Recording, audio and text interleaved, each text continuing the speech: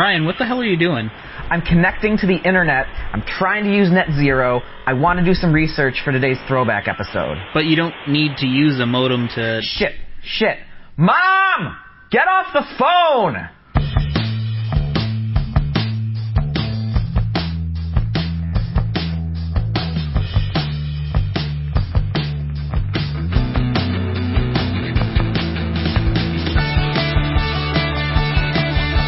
From Buffalo, New York, it's your backstage pass to the local music scene, and you don't even have to do anything gross for it. Okay, maybe just let us watch you take off your boots. Slower. It's the Struggle is Real Buffalo Music Podcast.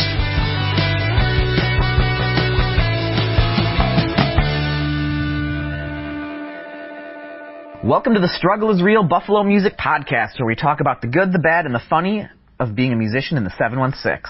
I'm Ryan Gurnett. And I'm Will Webb. And I'm Dennis Reed Jr. I didn't really quit the podcast. April Fool! But Ryan did really get beat up on Twitter for the review that he wrote. How have your other reviews been going, Ryan? They've been fine. Yeah? Actually. No more? No. No more Twitter witch hunts? Apparently, only one artist had fans that wanted to complain about how Buffalo musicians in particular were very negative. Now, be honest, are you cowed a little bit now from having this reaction? Like, does it make you think twice when you're writing show reviews? Someone told me about a negative response that I got to my most recent review, and it was just one.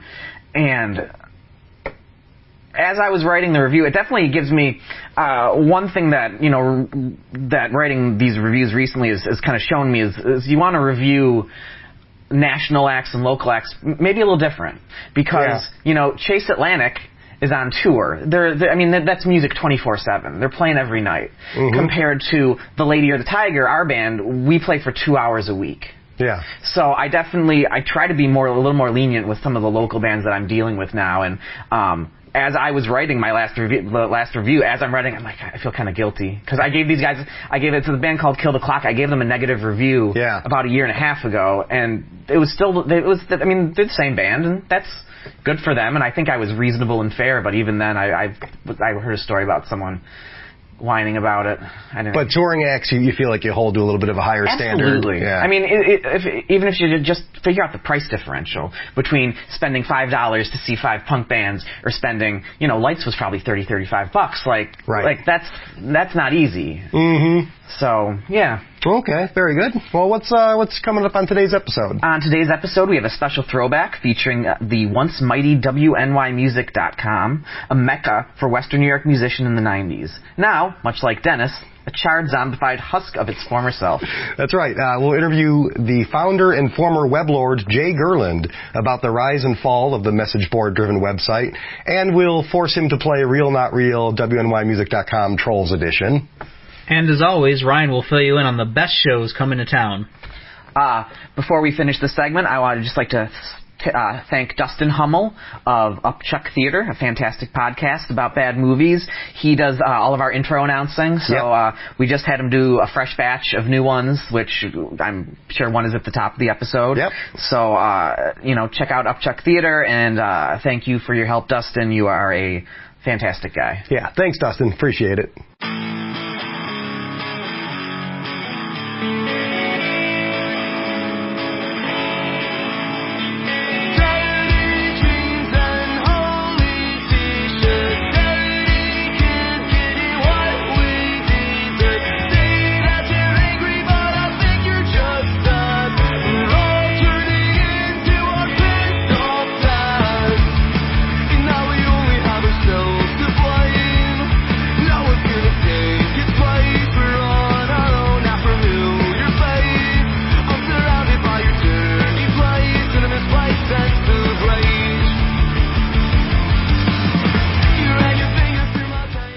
Ryan, what's been happening on the local scene? Over the last 2 weeks, I've only reviewed one show. It was Forever Came Calling. It was a full night of emo pop punk kind of stuff. So, what sort of hairstyles were in this band? Oh, man. Do you recall? Were there any man buns? Any braids? There weren't any braids. I do believe there was at least one man bun. I believe the bassist for one of the bands might have had a man bun. Okay. So hair was all over the place, but everyone was dressed as accordingly as you'd expect them to be dressed. All right, very good. So Ghost Pool opened up the show. I had not heard of them. They're again, pop punk, emo. Their drummer, like, he's awesome. Like, he's the kind of thing where if someone like that came into audition for you, just be like, you're in. Like, oh, cool. He had great tone. He was his drums sounded great, and his timing was perfect, and he was throwing in like these little like cymbal hits and these little flares, like, which are kind of foreign to the genre. Yeah. Like you don't always hear that much detail paid to the drums. So when you hear something like that, it really makes it kind of set out. Like, so it makes you notice. Stands out. Yeah. Stands out. That's what I meant to say. So they were really cool. Oh, cool. That's Ghost Pool, and I think, did we arrange to have a track? Or are we listening to a track right now? Yes. Ghost Pool is playing. Great. And also on the bill was Kill the Clock, and they played a fine set. My problem with Kill the Clock is that I just feel like it's pop punk, but it's very vanilla.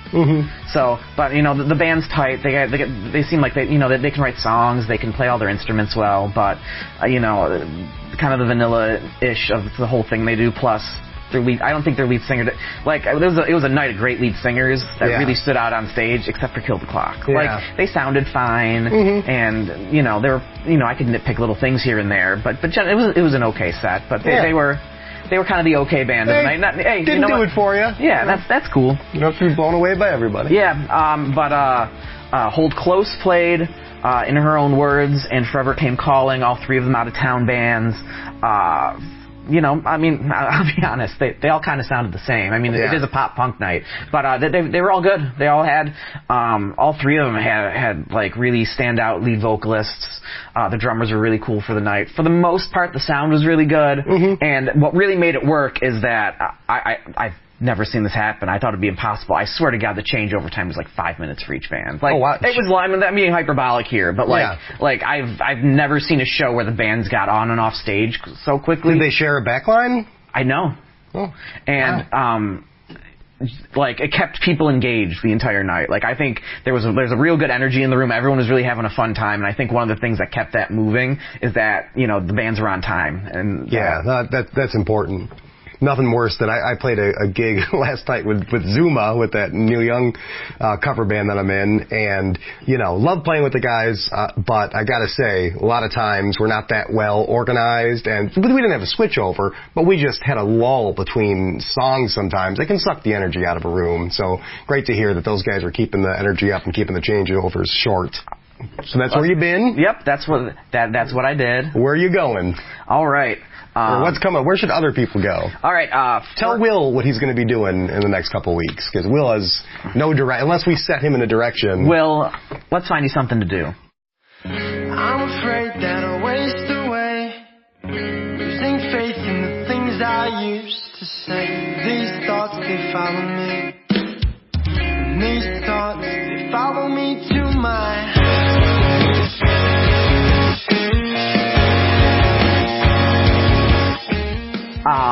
Fernway has a CD release show on April 18th at Mohawk Place. The previously mentioned Ghost Pool is playing, Previous Love is playing, Darling Harbor, and Of Night and Light. So mostly indie rock, pop punk, emo kind of stuff. So that should be a real cool night. I will be there reviewing that one. On April 21st, there's a rock autism benefit with Feverbox, Freight Train, and Max Moscato and Outer Harbor.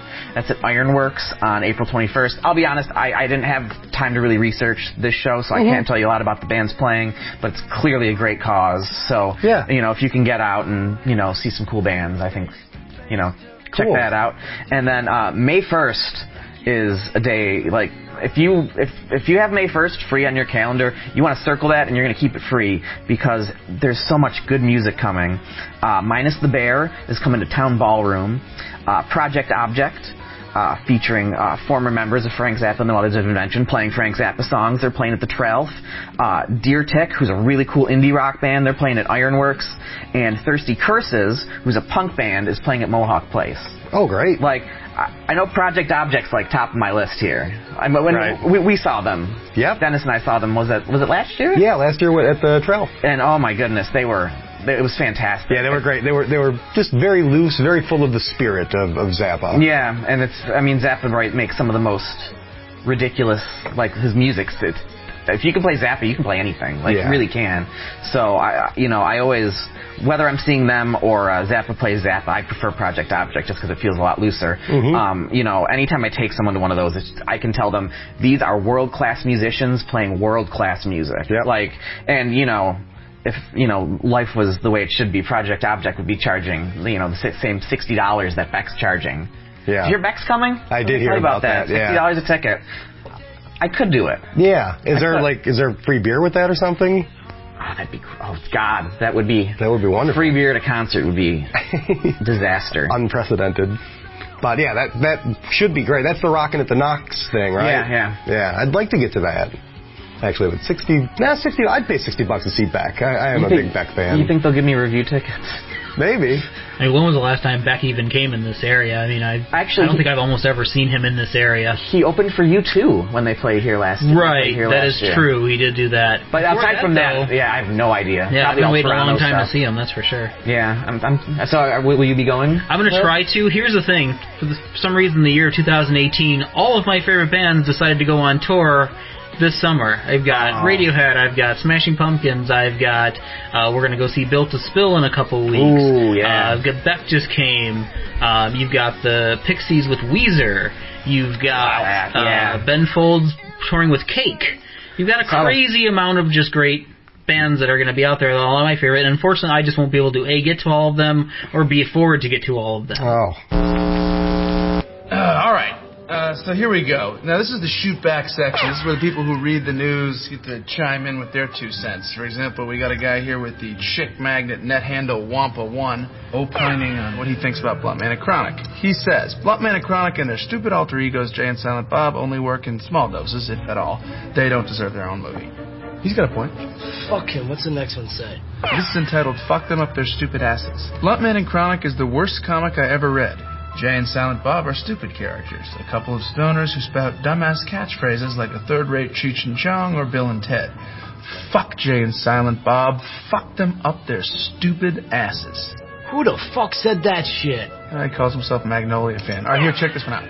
Jay and Silent Bob are one-note jokes that only stoners laugh at. They're fucking clown shoes. If they were real, I'd beat the shit out of them for being so stupid. I, for one, will be boycotting this movie. Who's with me? Then there's like 50 more posts of people who are joining Spartacus Here's boycott. I'm gonna kill all these fucks. Cast your mind back to 1996 if you can, if you were alive. Alanis Morissette's Ironic has peaked at number 4 on the pop charts, and the Smashing Pumpkins' 1979 has broken the top 20. This new thing called the Internet is getting our collective oversized grunge flannels in a bunch. Well, except at Ryan's house. His parents didn't let him on the Internet until 1999. There's no Facebook, no YouTube, no Google, no secretariesonswings.com. Our guest today stepped into that entertainment wasteland and launched WNYmusic.com. Thousands of musicians and fans use the site daily to search for band members, promote themselves, talk about their favorite bands, and accuse one another's mothers of heinous and, in many cases, physically impossible acts. Please welcome to the Struggle is Real Buffalo Music Podcast, former WNYmusic.com webmaster and founder, Jay Gerland. Thanks for having me. Jay, thanks for coming by. My pleasure. Jay sat in with the Maniacs, a Grateful Dead cover band that I was in. And actually, I think were you officially a member? Yeah. Do you have the paperwork? Yeah, I got to go to the reunion show a few years ago, so I was called in. So that's it, yeah. And I think we actually played together even before that. You were in another band. and we played some shows together. I don't remember what the name of your band was at the time. Yeah. We go back even further than that. Yeah, we did. We were on the original band circuit back in the 90s, and you were in the Brother Project. Yes. And I was in Orange Sunshine. Orange Sunshine, that's right. Which was not listed on your website's allegedly comprehensive list of local bands, by the way. I do have a bone to pick with you about that.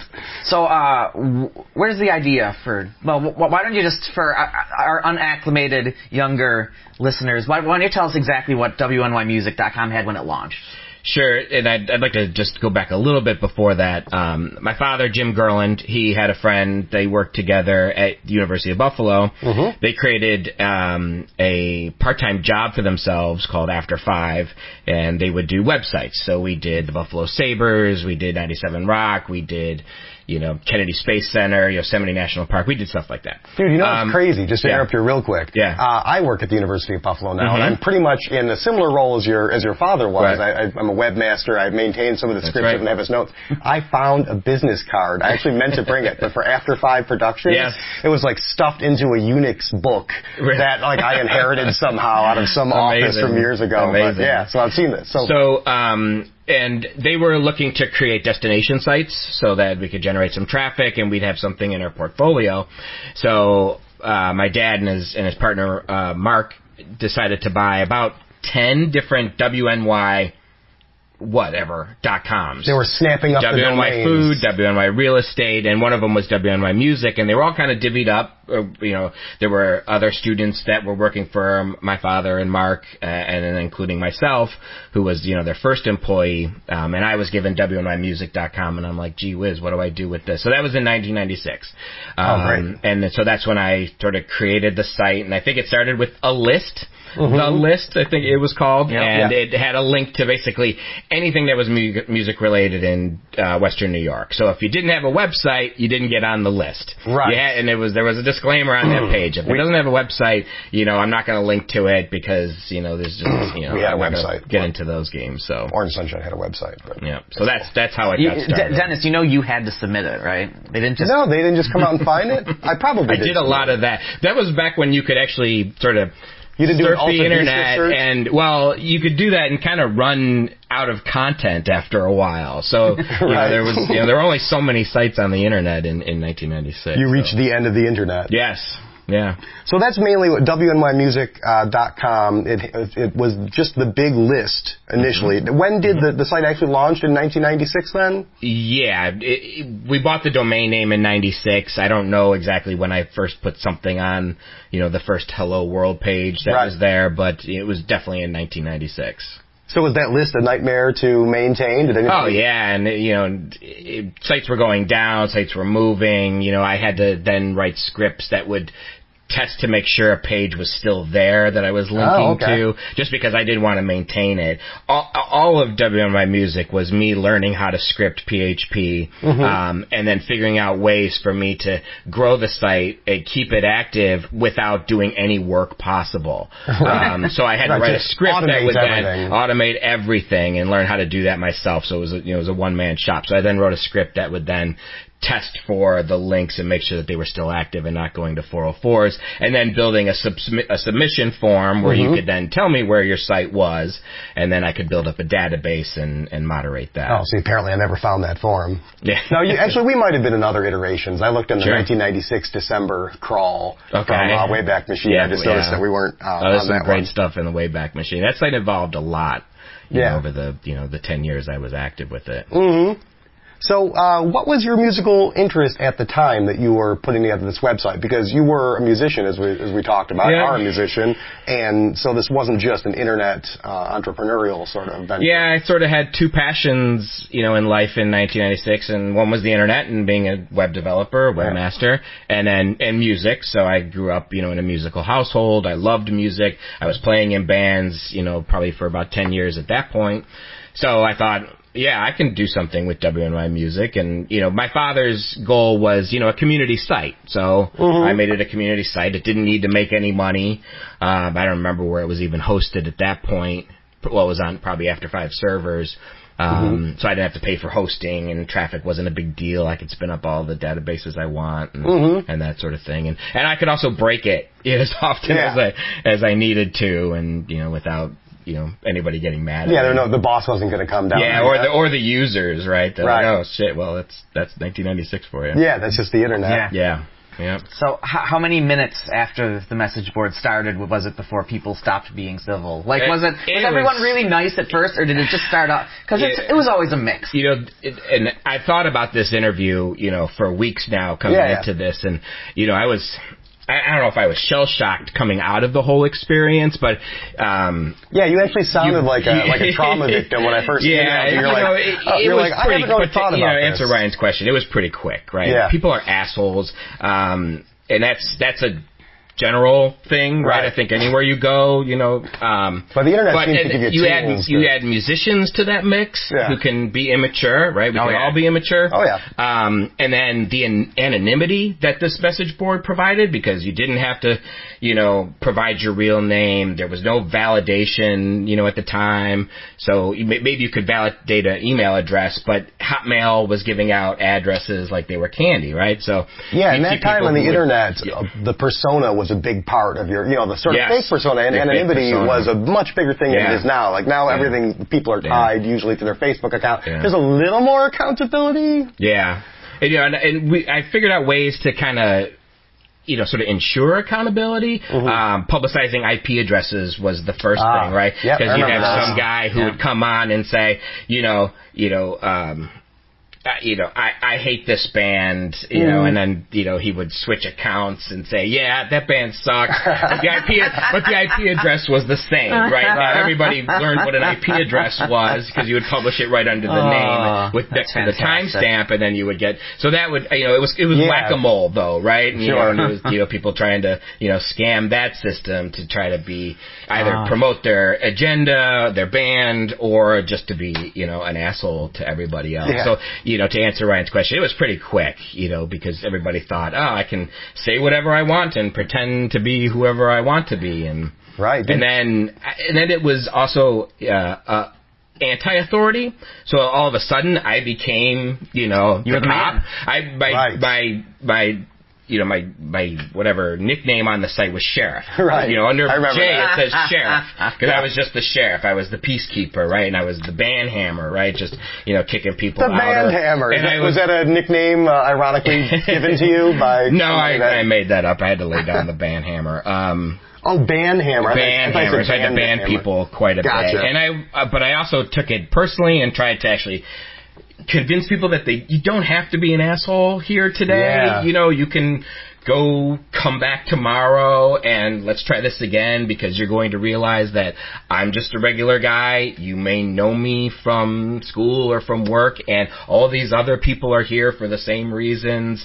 And and that, every day that was a battle that So you tried to actually reason with people on the internet. Way too much. I spent a lot of time. A lot of times it worked, and I still have a lot of friends that came on super strong on the site and just they just, and if I said, hey, knock it off, they'd be like, you can't tell me what to do, free speech, and then I'd have to explain again why free speech doesn't work on a site like this, that you signed up for, you agreed to the terms of service, and I'm not actually the man keeping you down. And it's hard for me personally to not get involved when I see those, those attacks and say, what about, you're censoring me, and what about free speech, and every time I want to get in, because you can always tell who you're dealing with when they say they're being censored and this goes against their First Amendment rights, because that they have no idea what any of that stuff means, and they got it from TV somewhere. Right, they've got how you say, no sense in their heads. No, then and we had a lot of that on the message board. Yeah, so tell us about one of maybe the first, if you remember specifically any of the major disputes that you had to sort of step in and sheriff. Was there anything? I don't. I had people that really... Have you blocked it out? I have. I mean, I still pay the bills. I still, admin the actual software that's on the server, this version of PHPBB. Yeah, I had to break away from that. This was, 15 years ago that I broke away from it. But because people were coming after me personally, right? They were, they'd call my house. They would, find my personal email addresses. They were... It just... it was amazing to me. And a lot of times I tried to, I'm sure I didn't help matters, right? And I probably said, you think I'm an asshole? You're an asshole. Let's do this, right? But there were definitely times where it got a little more personal than I expected, but I thought I was smarter than these guys, and I always wanted to outfox them or get them in that gotcha moment where they realize, right, I am being an asshole. And I felt that worked more often than not. But without the moderators who came on, in the late '90s and the early 2000s, I certainly that site I probably would have just shut it down, a long time ago. But I had help, and these guys didn't give a shit either, right? If people like John Connors and who went by the name Sinister on the board, he just did not give a shit, right? So if somebody was being a dick, they were gone, right? And if they wanted to deal with it, he was like the heat, right? And he could just come in and tell them to, go He could straighten them out. Oh, yeah. And we had a bunch of guys like that. So, that was really helpful to me. But at the same time, I was also, in a band. I was going to school. I was working 9 to 5. I was, I got married in 2001. So I had a lot going on around that time. And I had less and less time for the website. So eventually I just, started to recede and not want to deal with that bullshit. I loved writing software and enhancing PHP, BB and the other software that I had written, so that did more cool stuff and it allowed us, to, have more people on the site and, things that they wanted to see. And I enjoyed that part of it, but the people management and I'm, a moderator and an admin for, big Reddit sites and big, Facebook groups, and you still see that kind of stuff. But back then, I think it was just a lot worse. Especially there's the people who think that they can just say whatever they want, and then there were people who just were just being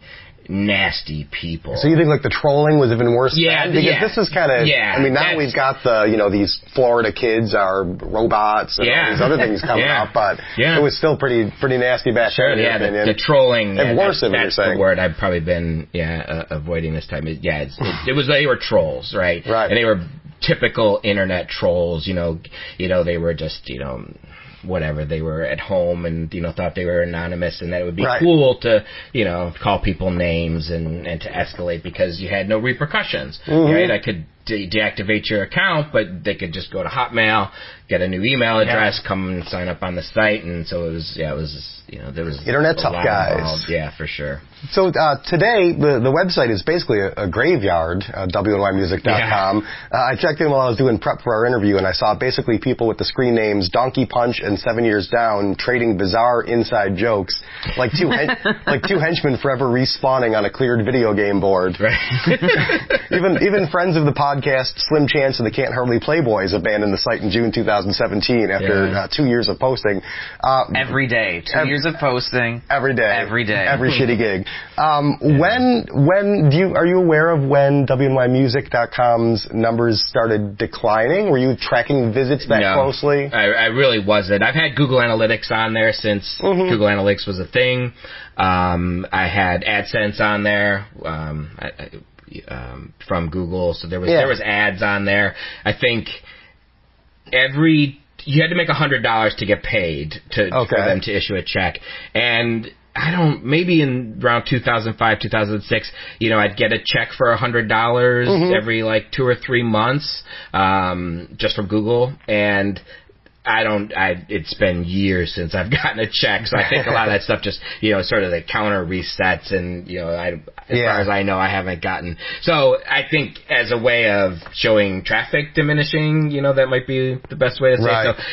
So, it's amazing that site still runs. Yeah. And that there are people who seem to do, some moderator work, and there are moderators, I have no idea who they are. It's really fascinating. But it runs on my server with a bunch of other sites, so I do pay the bills. It doesn't make me any money now. I used to pay for hosting costs and it certainly doesn't anymore, but I just pay it because there's some other sites on there. But it was the busiest site there for a long time, and I actually had to upgrade to, a better database package because that one's pretty heavy with all of the posts and the payload that goes along with all of those. So it's been years, and if people are using it, God love them. When was the last time you logged onto the site? Well, yesterday. Oh, great! Which is because you were asking me about some numbers, for user accounts and that sort of thing. Unfortunately, there's only. Did you get involved in any fights or anything? No, I didn't even read any of. You didn't post anything. Yeah, hey guys. The PTSD is still there, and I have no interest in reading what people are saying. It might upset me, and I don't need that shit. Yeah, I don't blame you. It's good to just step away if it was causing you anxiety. Yeah. So, are there any plans? Do you know the current people who do the modding of the site? Do you know if there's any plans to change anything or add anything, or is this just kind of going to go on in the way it's going on until I guess I probably I think it'll obviously go until I do something and shut it down. Right? I don't think anybody would want it. I had gotten some buy offers over the years, nothing in a long time, but I don't think anybody's really doing much on the site. So if I shut it down, it probably, it might, I might get some emails about it, but I don't think anybody would miss it too much. Right. Yellow Ed will you'll be hearing from Donkey Punch. Yeah. Yeah. So I think that's something I have to think about, and then I could probably save some money on my hosting bills if I could, shrink the database size. Yeah, well, so we've talked a little bit about how you were in the Brother Project, and that was with your brother, right? Yes, Tim, right? Yeah. Yeah. Is he still doing anything musically? A little bit here and there. He's not active in a band right now. Okay. So, and when the Brother Project broke up, the rest of the guys spun off into Laszlo Hollifeld. Oh, okay. So, of course, Laszlo is still around. Oh, yeah. Chris and Scott, who were also in the Brother Project, and the other guy, Mikey, he lives down in Florida now. Oh, great. Well, we're going to play a song from the Brother Project now. Let you relive the past a little bit here. Thank you. This is, what's the name of the single?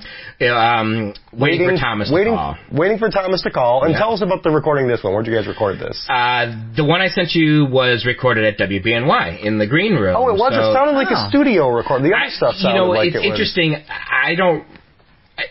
I think that is the studio version on the end of that. I uploaded it to archive.org a long time ago, so I must have stuck the studio version on the end of that. Appended it. Yeah, so as a way to get that song also on archive.org. So that was one we recorded with Paul Fitzgibbons at Barry's Lounge. Oh, okay. Yeah. All right, so this is the Brother Project, Waiting for Thomas to Call on the Struggle is Real Buffalo Music Podcast. Going back to 1999.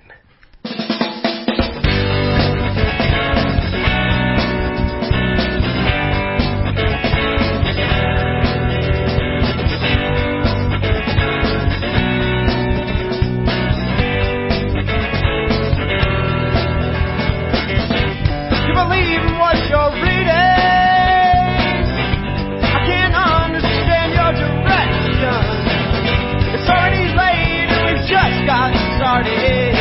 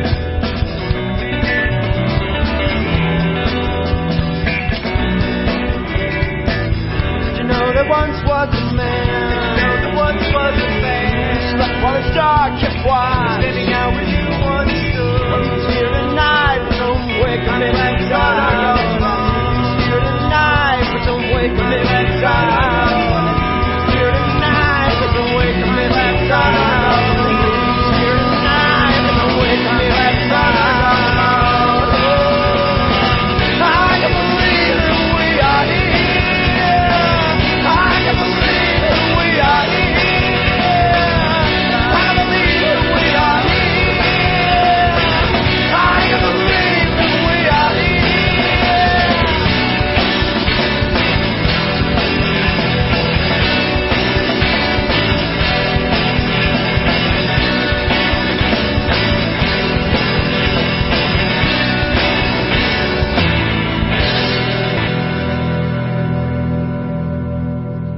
All right, that was the Brother Project here on the Struggle is Real Buffalo Music Podcast, and we're talking with Jay Gerland, who was the webmaster and the founder of WNYmusic.com, which was a really major site on the scene. If you were a musician back in the late 90s in Buffalo, you were on that board probably daily. And so, Jay, did you end up being friends with any of these folks in real life, or was this just like all an online sort of thing? It's kind of interesting. I do have some friends from the sort of the early days, guys that I wound up meeting and learning their names and and what they did, but there were so many people that were involved in the site day to day that were working under their screen names, right? So I had no idea what their real names were, what bands they were in. They're also kind of like me, against 2,000 active users, and I couldn't keep everybody straight, and I didn't know who was who and what bands they were promoting. And since I was the only person who seemed to use his actual name, I didn't know who anybody was, and I still get friend requests on Facebook and that sort of thing, and I'm like, I don't think I know who you are. We seem to have a lot of friends in common on Facebook. I'm guessing you're a musician from WNY Music who knows who I am, but unfortunately I don't know who you are, and so I don't accept a lot of those. If anybody's listening, I truly apologize. I just don't know who, I cannot put the name to the face since the name does not match the screen name from WNYmusic.com. Right. Yeah. So if you could take the Wayback Machine back to 1996, when you first started the website, is there anything that you would do different? That's kind of the advent of the site. I don't know. I was really proud of myself. I mean, I wrote a lot of code for that site, and it had to scale from a single HTML page to something with a database backend. And this was the beginning of PHP, so maybe version 3, and early versions of MySQL. So, and I was learning that. I was doing it as an actual job. I think around 96 is when I probably got my first actual sort of web development, actual job. Yeah. So, and I was doing all of this on the side, or I was doing it when I should have been doing actual work, and I was certainly doing it late into the night. And I was really proud of all of that, and I thought I made some really good moves along the way to scale the site. And then, again, I talked about PHP BB coming along, and then being able to bring in moderators, which was, a big part of the hassle that I was dealing with. How'd you do on the project that the site was originally a part of? So there was a CS I got an A for that. You did? Yeah, okay. Yeah. So WNYmusic.com, A. Yeah. You can say it. Yeah. And, even at the time, there were books about music on the internet, right? Where to find music on the internet. And, it was like we were talking about earlier, where you could reach the end of the internet if you surfed long enough, right? So there were books that would attempt to catalog every music site on the internet. Wow. And when WNY Music had a big blurb, like a half a page in this printed book, that they sent me, I was like, this is incredible. It's like, people from all over the world are coming to this site. And we did get traffic from all over the world. So, I don't know if I would have done anything differently. I think I was pretty happy with how it turned out. I personally kind of just bailed on everybody, but, the site kept going for a while longer. But I think it it ran its course. That sort of, community site, you don't see a lot of those because everybody's, there's Reddit and Facebook and, all these other, Bandcamp is obviously a big deal now, and SoundCloud. So there's ways to, find music and, create your band's, online presence, in ways that you couldn't do back then. Right. Well, Jay Gerland, webmaster, entrepreneur, musician. I just like to say thanks for putting the site together, and I had a great time on it, and was able to be insulted by people I'd never met on a daily basis, and that was really a big turning point in my life. But should we play a game? No. No? Oh. No. All right. See you later, Jay. Thank you. I think that don't we have a game prepared that we're gonna? Yeah, but it's me reading troll comments from the site, and I don't think he wants to listen to them. As soon as you started talking about like PTSD, I'm like, no, we're not. Do you want to? Yeah, absolutely. Okay.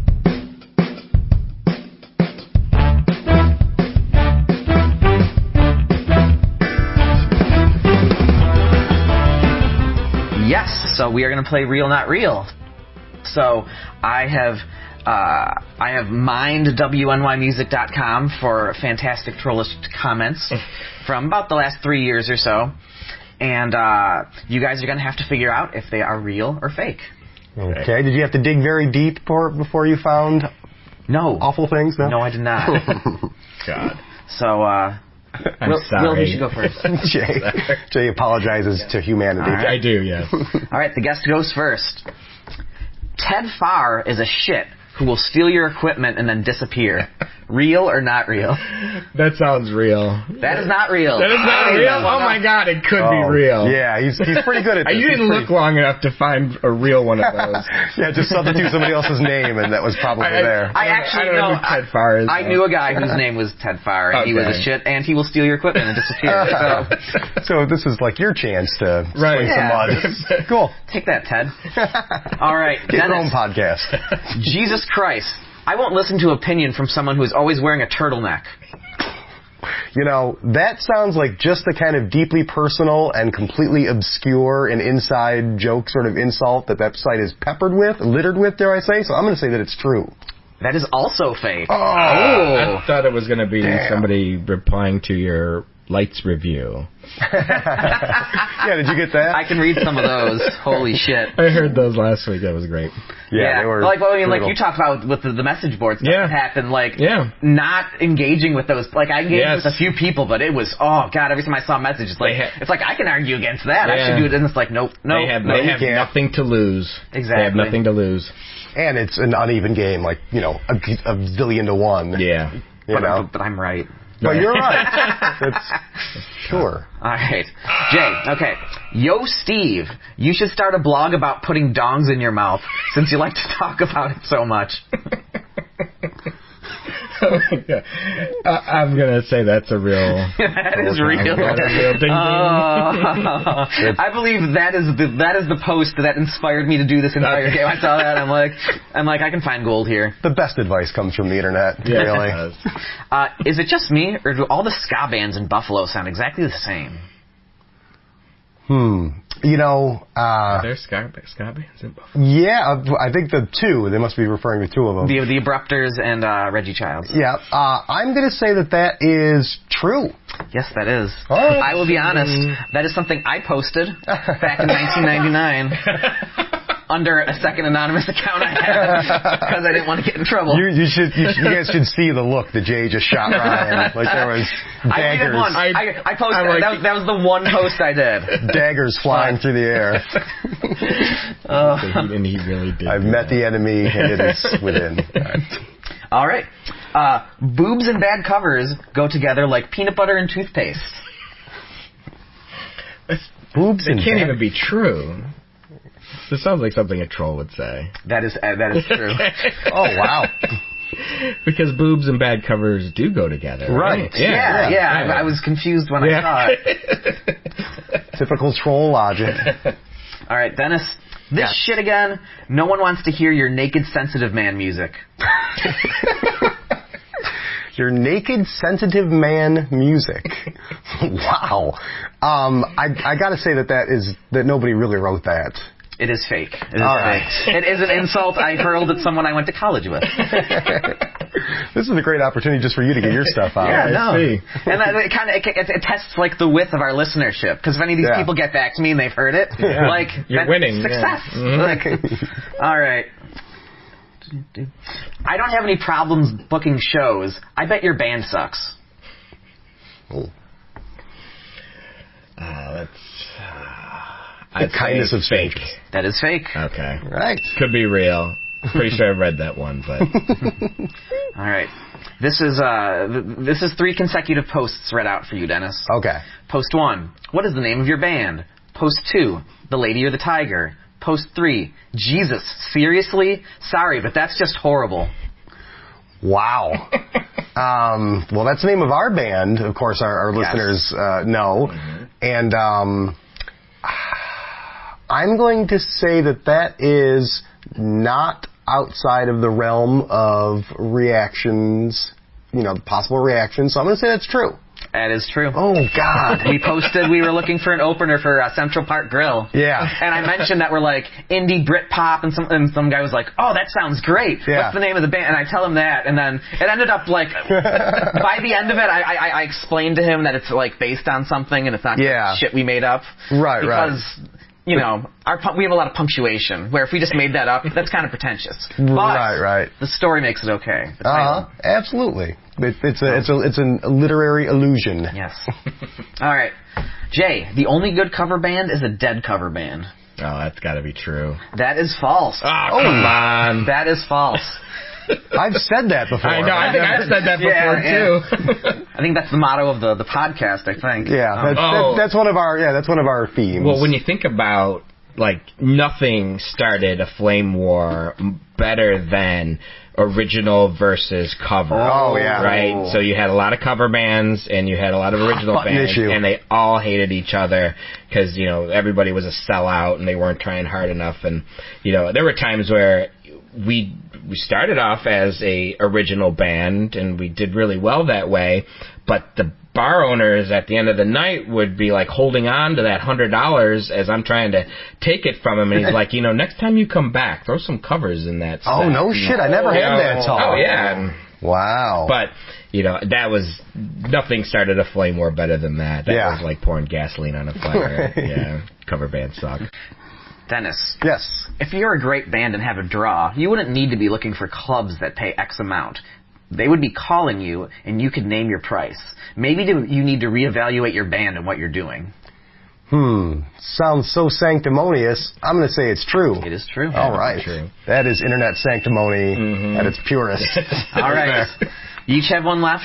Dennis is in the lead by 1. Oh, you're actually keeping score? Yeah, there's a prize. Oh, all right. Great. Cool. I'm not giving shit out to whomever. Okay. No participation trophy here. Okay. All right, Jay. Gotta earn it. I've been working on a musical based on the Kardashian whores. It's called Breast Side Story. I'll keep you posted. Too good. I don't want that to be fake. I want that to be real. Yeah. I'll say real. It is true. Yes. Oh, wow. So we are all knotted up. All right. Right? Last one for Dennis. So you have to say all knotted up in a game show. Creed wants to kill Obama. False. That was true. Do we have like an elimination round? Well, get on WNY Music. We both. You know what? No. Let's give it to the guest. Okay. I think that's the right way to do it. What is the prize? You win, sir. Thank you. Jay, here you go again on your own, but you get to do it with this fantastic collection of Whitesnake cassettes. Wow. Are you sure? Oh, those are original. That's vintage. Wow, that's amazing. I've got to get a picture of this. Which one's your favorite of these Whitesnake albums? I don't even know. Which one has, what is it? Here I go again. Thrill of the Night. Do you have a tape player? Yes. All right. I did just reacquire a tape deck not too long ago. Well, it's like Ryan knew. Yeah. Well, thank gift you. from the gods above. Thank you. I appreciate that. That was fun. Thank you. Well, congratulations, and thank you for joining us and we really taking this. appreciate you My coming pleasure, here. guys. I really enjoy the podcast, and thanks for having me. This was great. We are here with WNYmusic.com message board abuse survivor Christopher Bukowski, who wanted to come forward and tell his story. Now, clearly, that is some sort of pseudonym. Yes, definitely not my real name in any way, shape, or form. Surely there are thousands like you who were just too scared or traumatized, and you'll be telling their story today, too. So when did the abuse on WNYmusic.com start? Yeah, around 2000, 2001, somewhere in there. And the abuse started pretty much immediately from there, so it was... Were you groomed for it in any way? Did you? No grooming. I was not prepared at all. Tell me about one of the things that happened to you, if you could, if you can go there. When I bought my new house, I had to buy myself a lawnmower. My first lawnmower ever bought. Completely stupid. I thought that, like a car, you buy a lawnmower and it has the oil already in it. It doesn't, and I learned this after about 10 minutes of mowing my lawn, when the lawnmower just completely crapped out, seized up, completely ruined. So I posted that on the message board. So you purchased a lawnmower, you destroyed it, and then you shared that fact with the public. Yes, and this is despite having been on the board for several years at this point. So really, I should have known better. And so yeah, I was basically pilloried. I don't know if that's... I believe that is a word. What? Then they made fun of me because I was so... because I admitted my stupidity, and I said that, I screwed up, so I didn't try to return it. They were trying to tell me to return it and, just trade it in for a new one. And I was like, no, it's my stupid fault, so I'm going to deal with it. I'm going to take the loss, and I'm going to buy myself a new one, and this time I'm going to take the oil and I'm going to put it in there before I start using the thing. So, then they picked on me for that. So that episode then followed you in your later dealings on the board when you were trying to discuss, say, your favorite bands or whether to use a pick or not on the bass guitar? Naturally. Pretty much everything followed me around on the boards. So, what do you say to those who say you were asking for it or that you knew what you were getting into?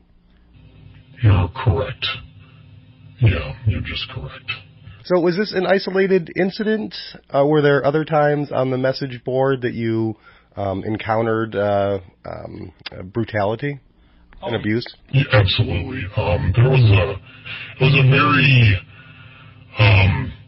cliquey sort of place to be, and it was kind of like high school 2.0. I never fit in there, and I constantly was trying to fit in there, and it was really stupid on my part, a waste of my time. So tell us about the hot dog. Everybody had an avatar on there, and I just one day decided I was going to choose a little icon of a hot dog, and I left that as my avatar for, I don't know, it had to have been for a few years, but after a few months with that as my avatar, people started calling me the friggin' hot dog. Do you think there was a phallic component to that? Not intentionally, but in retrospect, for certain, yes. A hot dog's never just a hot dog. Never. So how did the abuse on WNYmusic.com change your life? I learned over that very long period of time that I was on there to not pay attention to other people online. Do you still visit message boards? I do. I occasionally go to WNYmusic.com just to laugh at the tumbleweeds.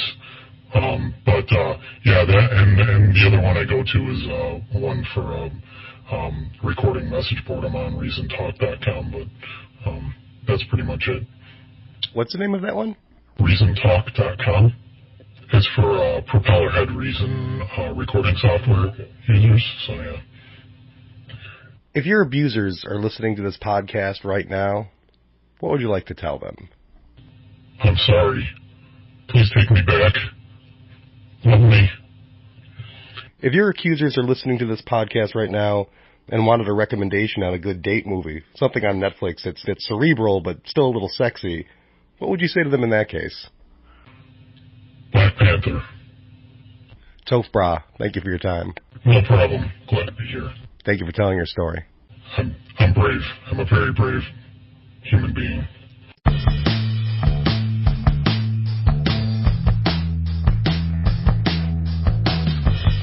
Okay, well that's it. We will be back in 2 weeks on May 1st with an interview with Sam Marabella, an excellent musician and successful businessman. He is the former owner of Broadway Joe's and the current owner of Boulevard Music and Yoshi Sushi Bar and Eatery in East Aurora. He's going to tell us what it's like being neighbors with Guitar Center and may just have a tale or two to tell us about owning Broadway Joe's. Visit allwnyradio.com. Go check out their other great programming, including my favorite, The Big Picture with Michael Sargent, a podcast about digital photography and strip mining, and the Think So Joe podcast, which is hosted by Jugs McBulge. Right, excellent host, very capable. Visit us on Twitter, facebook.com, The Struggle is Real Podcast, and Twitter, at Sir Podcast NY, at Sir William Idol. We're going to play you out with a bit I was supposed to put on the last episode. This is a Stephen Hawking tribute by the Buffalo Dead All-Stars, of which I was a part, recorded live at Sportsman's Tavern on March 14th, 2018. Thanks for listening, and keep struggling. St. Stephen with the rose, in and out of the garden he goes. Country garland with the wind and the rain. Wherever he goes, the people all complain.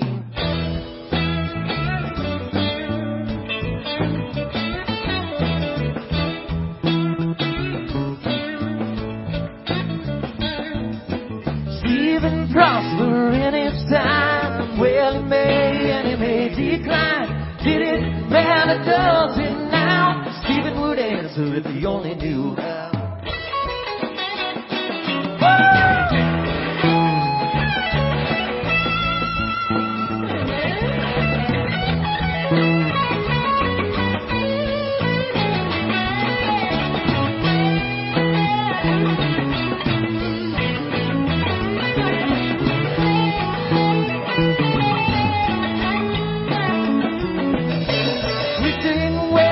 Golden bell, bucket, ready and clear to hell. LF wage which now and then, Stephen fill it up and lower down again.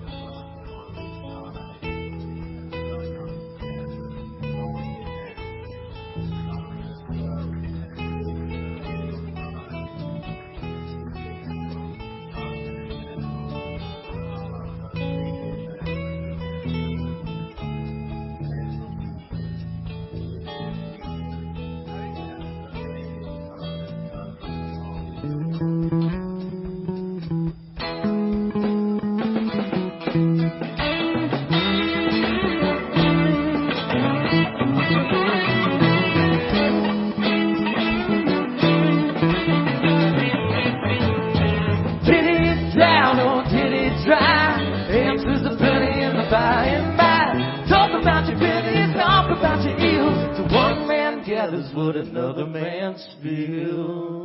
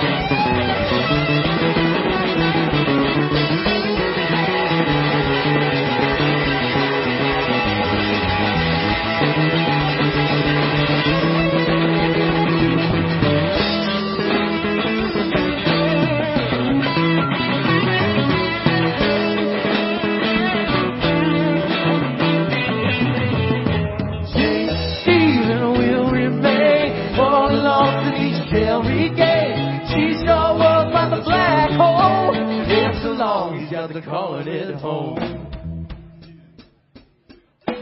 Fortune comes a-crawling, calliope woman, still in that curious sense of your own. Can you answer? Yes, I can. But what would be the answer to the answer man?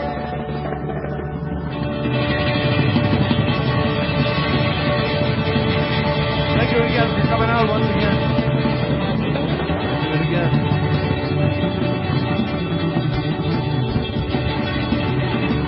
Thank you, Stephen, for all the love and the light and the alignment.